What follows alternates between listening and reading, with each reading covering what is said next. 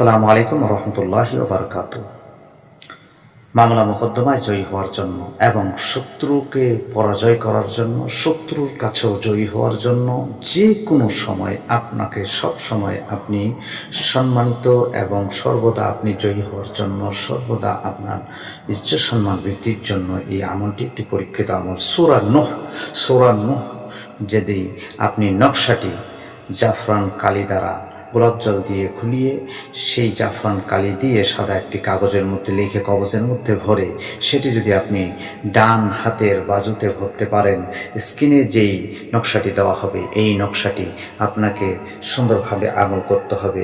আমল করার সময় হচ্ছে হয় আপনাকে সকালবেলা, না হলে সন্ধ্যাবেলা, এই দুইটি সময়ের মধ্যে যে কোনো একটি সময় আপনাকে আমল করতে হবে। আমলের সময় আপনার মন যেন এই আমলের মধ্যে থাকে, এটি আপনি আমল করে সঙ্গে রাখবেন।